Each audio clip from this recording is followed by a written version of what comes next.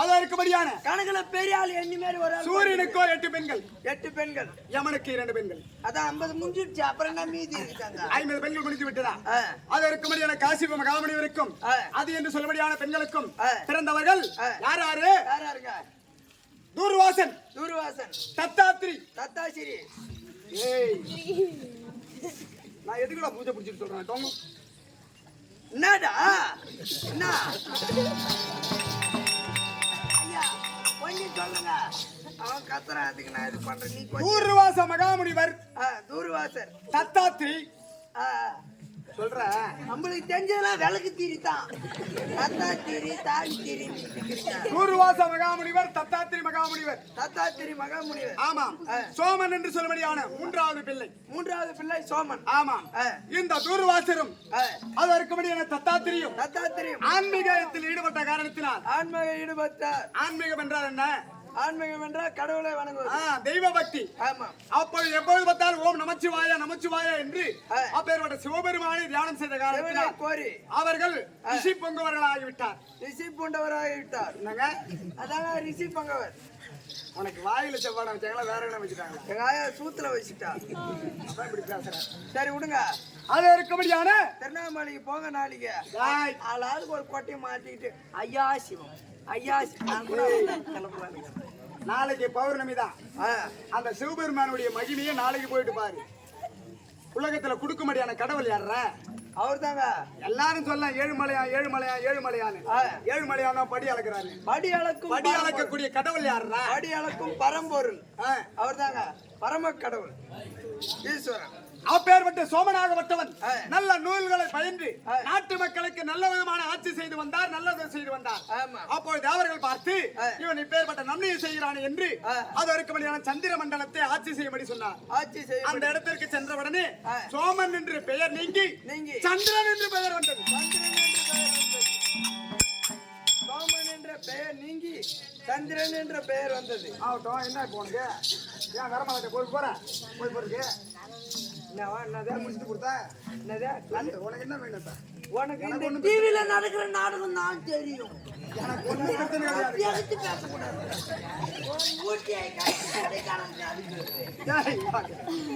அப்பேற்பட்ட சந்திரகுல வம்சத்துல வந்த சந்திரன கோபதன், இவனுக்கு புரூரன், புரூரனுக்கு ஆய்வுக்கு நெகிசன், நெகிசனுக்கு ஏயாதிக்கு புருவன். ஓனுங்க கதை கூட பிச்சிரு அவங்க கேக்குறாங்க. நீ உள்ள போடா. ஏயாதிக்கு புருவன், புருவனுக்கு ஜனமேதன், ஜனமேதனுக்கு பிரசினன், பிரசினனுக்கு சய்யாதி, சய்யாதிக்கு சரூபமன், சரூபமனுக்கு ஜெயசேனன், ஜெயசேனனுக்கு நையுதன், நையுதனுக்கு புரோதன், புரோதனுக்கு தேவாபி, தேவாபிக்கு உருஷிகன், உருஷிகனுக்கு அரிசிகன், அரிசிகனுக்கு மதிவாணன், மதிவாணனுக்கு திடன், திடனுக்கு நீலன், நீலனுக்கு துஷாந்தன், துஷாந்தனுக்கு பரதன், பரதனுக்கு பௌமன், பௌமனுக்கு சுகேத்திரன், சுகேத்திரனுக்கு அஸ்தன், அஸ்தனுக்கு நிகமன், நிகமனுக்கு அரசர்மேலி, அரசர்மேலிக்கு சவர்ணன், சவர்ணனுக்கு குரு, குருவுக்கு பரிசித்து, பரிசித்துக்கு பிரதீபன், பிரதீபனுக்கு சந்தனன், சந்தனனுக்கு காங்கேயன். எத்தனாவது தலைவர் சொல்லிக்கிறாரு? ஏதோ சொல்லிக்கிறாரு. இது எனக்கு தெரியுங்க ஐயா. உனக்கு தெரிஞ்ச நான் வந்துட்டு மூச்சு பிடிச்சிட்டு சொல்றேன். எனக்கு தெரியும். என்கிட்ட ஒரு வார்த்தை கேட்டிருந்தா நான் சொல்றேன். கேட்டு இருக்கணும். தப்புதான். இல்ல தப்புதான். உன்னை கேட்காத சொன்ன தப்பா சொல்லுங்க. புதனுக்கு வியாழன் பிறந்தான், வியாழனுக்கு வெள்ளி பிறந்தான், வெள்ளிக்கு சனி பிறந்தான், சனிக்கு ஞாயிறு பிறந்தான், ஞாயிறுக்கு திங்கள் பிறந்தான், திங்களுக்கு செவ்வாய் பிறந்தான், செவ்வாய்க்கு புதன் பிறந்தான், புதனுக்கு வியாழன் பிறந்தான்.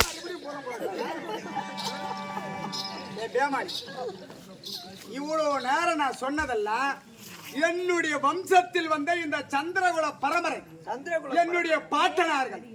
ஏய், உனக்கு அப்பா இருக்காங்கல்ல? அப்பா இருக்கிறாங்க. உனக்கு தாத்தா இருக்காங்கல்ல? தாத்தா இருக்கிறாங்க. அந்த தாத்தாவுக்கு ஒரு அப்பா இருப்பாங்கல்ல? அவன் முப்பாட்டா. பரம்பரை இருக்கே இல்லடா?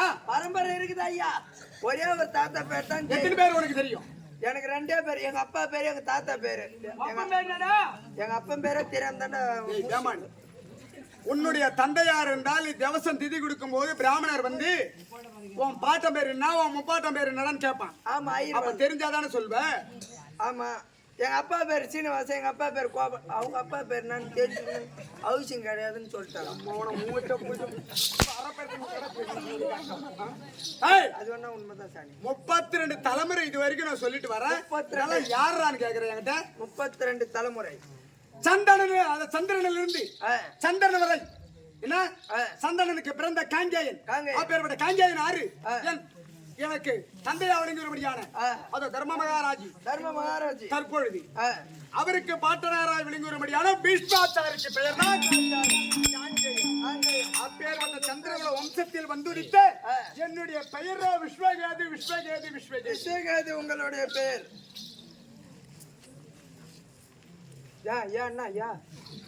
என்னடா மன்னர் சந்தோஷமா பேசினாரு நரம்பரெல்லாம் சொன்னாரு என்னமோ தோந்து பண்ணிக்கிறாரு என்ன காரணம் கேள்றான் ஐயா தோழா ஐயா மந்திரி சொல்றேன்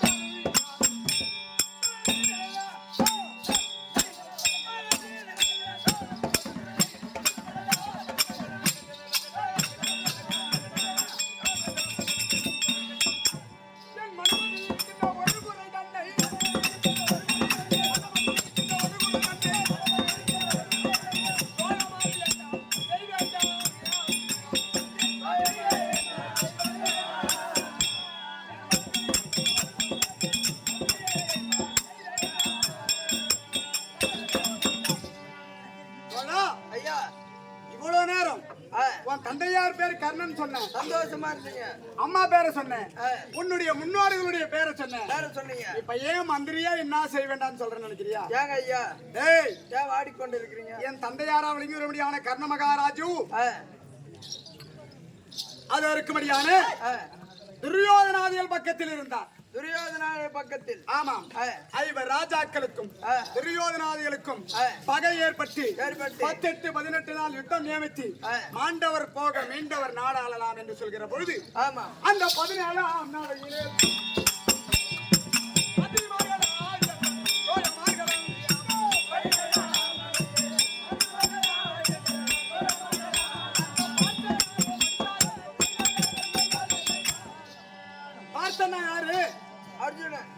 அர்ஜுனனுக்கு ஒரு பெயர் பார்த்தன், பார்த்திபன் என்று ஒரு பேர் இருக்கு, பார்த்தன் என்று ஒரு பேர் இருக்கு.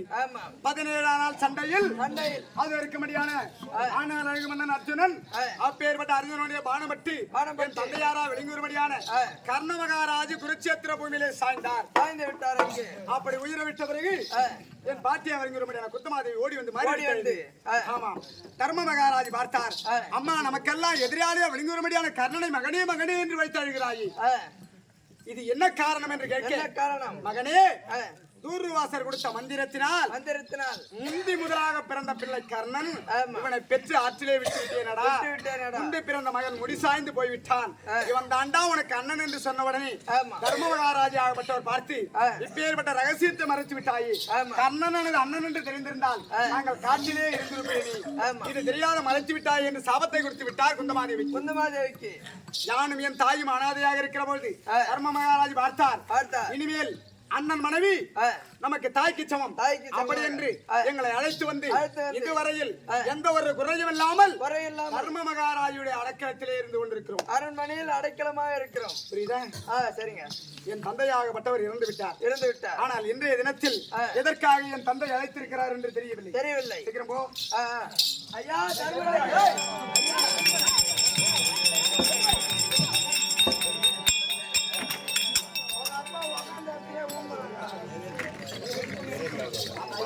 பொருளை விட்டு வசனமா இருக்கிறாரு. ஐயா தரிபுரே ஐயா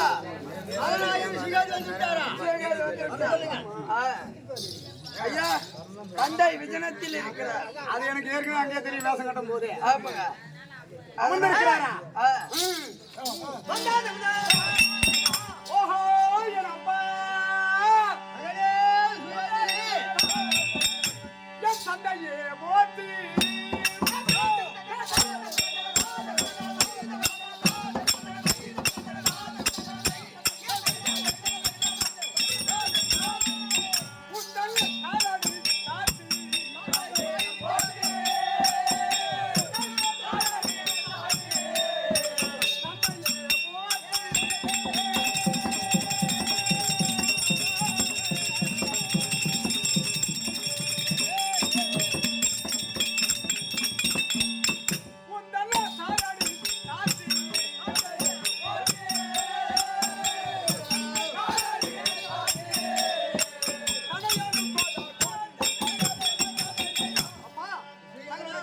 ஐயாவுக்கு அநேக வணக்கம். எந்திரா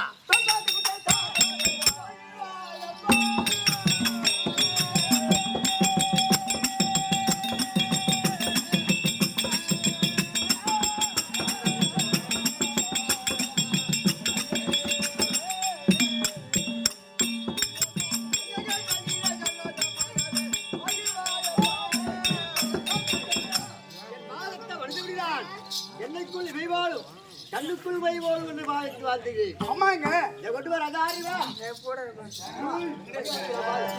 பாக்குறீங்க தம்பி தம்பி ஓ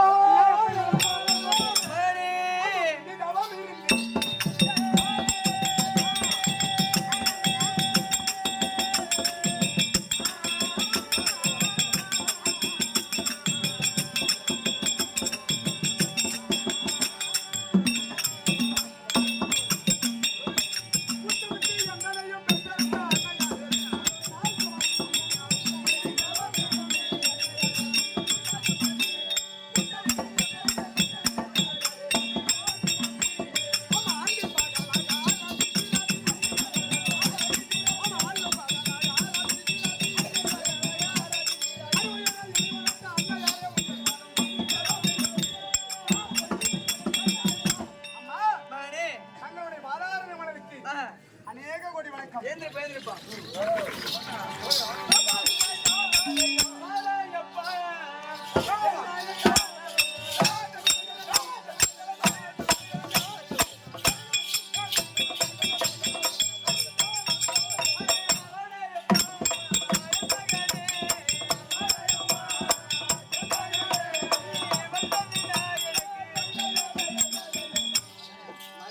அம்மா பாதபடியினால் எந்த குறை வராமல் சந்தோஷம். அப்பா விஸ்வகேதனா மகனாய் விளங்கும்படியான விஸ்வகேதனை அழைத்த விளக்கம் என்ன? இதானா ஆமாம், பெண்ணாமல் வசனம் கிடையாது. உன் வார்த்தைக்கு வர வேண்டும் பேசியிருக்கிறார்.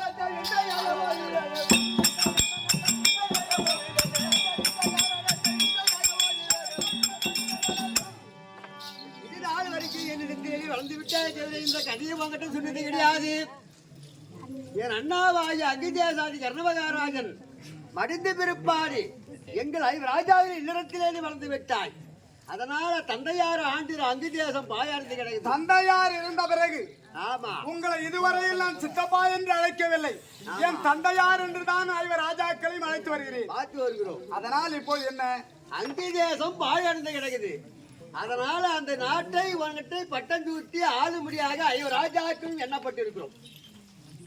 அதனாலதான் இன்றைக்கு உன்னை கூட்டேன். தந்தையார் ஆண்ட நாடு அங்கதேசம் பாழந்திருக்கிறது. ஆமா, அந்த நாட்டிற்கு ஒரு மன்னன் கிடையாது. அந்த நாட்டை எனக்கு பட்டம் கொடுக்க வேண்டாம். அப்பா ஒரு மலை தாங்கும் பரமாத்தை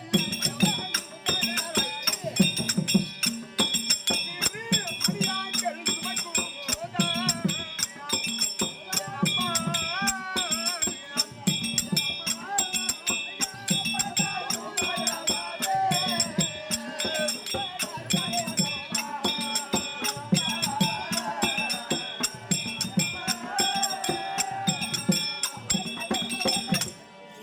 அம்மா, தந்தையார் இருந்த நாடு ஆமா அங்க தேசமாகப்பட்டது. அவர் மரணம் அடைந்த காரணத்தினால் அது பாழா போகிறது. ஆமா அந்த நாட்டை ஆள்வதற்கு மன்னன் கிடையாது. மன்னன் கிடையாது. அந்த நாட்டை பட்டம் சுட்ட போகிறேன் என்று சொல்கிறாயே. என் தந்தையார் எப்பேற்பட்டால் ஆரி கொடுத்த வள்ளல், ஆமா உடை வள்ளல் என்று பெயரெடுத்த கர்ண மகாராஜன் ஆண்ட நாடு. அப்பேற்பட்ட நாடு. அவர் ஒரு மலை யானோ ஒரு மணியாங்கல், ஒரு மலை சுமக்கும்படியான ஒரு பாரத்தை ஒரு சின்ன மணியாங்கல் கூழாங்கல் சுமக்குமா? தாங்குமா? அப்பா, ஒரு யானை மேல் வைத்த பாரோ சிறு உடை சுமக்கும் கூழா.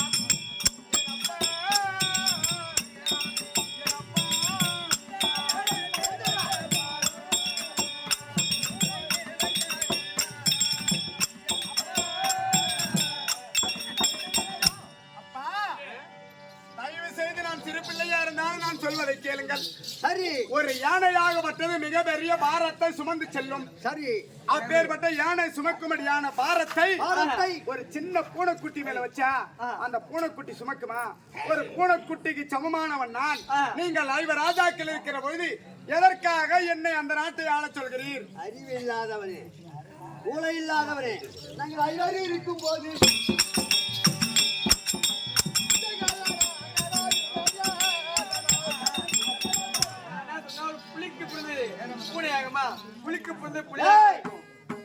பாரதம் ஆண்டு ஐவராஜாக்கள் வென்றது உண்டு. வில்லாளி சொல்லாளி கதையாளி இந்த தர்மன் சகுல சகாதேவன் ஐவர் ராஜாக்களும் பாரத போரத்தை வீரனாகள். உனக்கு ஏதாவது அங்கு தேசத்துல பட்டம் கொடுத்து ஒரு ஆபத்து வந்தால் தந்தையாரா என்று சொன்னால் ஐவர் ராஜாக்களும் அங்கு இருந்து வென்று வருவோம். அப்படி அங்க தேசத்தை நான் ஆளுகிற போது எனக்கு ஒரு குறை என்று வந்து விட்டால் ராஜாக்கள் தந்தையே என்று ஒரு குரல் கொடுத்தால் வந்துடுவேன். நீங்கள் ஓடி வந்து பாதுகாப்பீர்களா? கண்டிப்பாகவே ஆகட்டும்.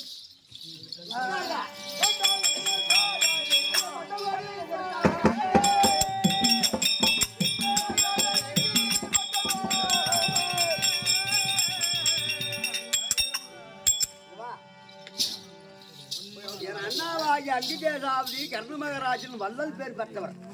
குடை வள்ளல். நீ அறியாத பிள்ளையா இருந்தாலும் சொல் புத்தி இருக்க வேண்டும். ஆமா. அதனால அவர் எப்படி ஆண்டாரோ, மக்களை எப்படி வாரி வழங்கினாரோ அந்த பேரணி எடுக்க வேண்டும். எங்கள் ஐவர் ராஜாக்கள் பேரணி எடுக்க வேண்டும். அப்பா எங்களுடைய ஆசை. உயிர் போகின்ற வரையிலும் என்னுடைய தந்தையார் எப்படி தான தர்மத்தை செய்தாரோ ஆமா அதே போல் வரக்கூடிய நாட்டு மக்களுக்கு பாதுகாக்க வேண்டும். எந்த ஒரு குறையும் இல்லாமல் நான் அரசாட்சி செய்வேன். அப்படி செய்த போதில் எனக்கு ஏதேனும் ஆபத்து வந்தால் தந்தையே என்று உங்களை அழைப்பேன். கண்டிப்பா வருகிறேன். சென்று வாருங்கள்.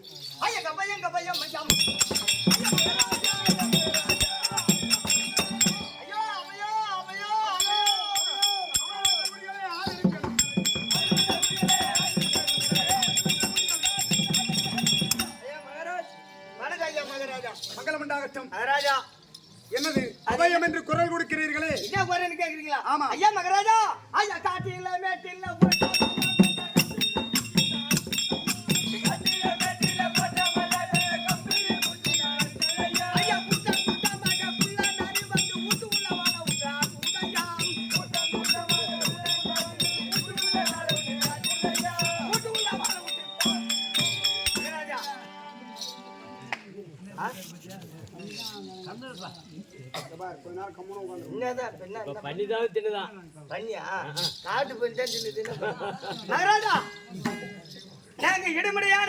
உங்களுடைய பயிர்கள் எல்லாம் அவர் சொல்றதுனா இப்ப இந்த காலத்துல பண்ணி காட்டு பண்ணி நாங்க இடுமடியான பயிர்கள் எல்லாம் கரண்டி மிருதகம் சின்ன கரடி கரடி சிங்க புலி எல்லாம் வந்து அடிக்குது ஐயா. எங்க வரிய குறைக்கணும், எங்க மயிரை செரிக்கணும், பயிரை நெருக்கணும் ஐயா. பயிர் பயிர் வரி மேல வரி போட்டு உங்களை சிரமத்துக்கு ஆளாக்க மாட்டேன். நீங்கள் 3 வருடத்திற்கு கப்பப்பணம் கட்ட தேவையில்லை, வரிப்பணம் செலுத்த தேவையில்லை. புரியுதா? நான் இப்பொழுது என்னுடைய சேனாசேனைகள் அழைத்து சென்று வேட்டையாடி அந்த மிருகங்களை அயல்நாட்டுக்கு சென்று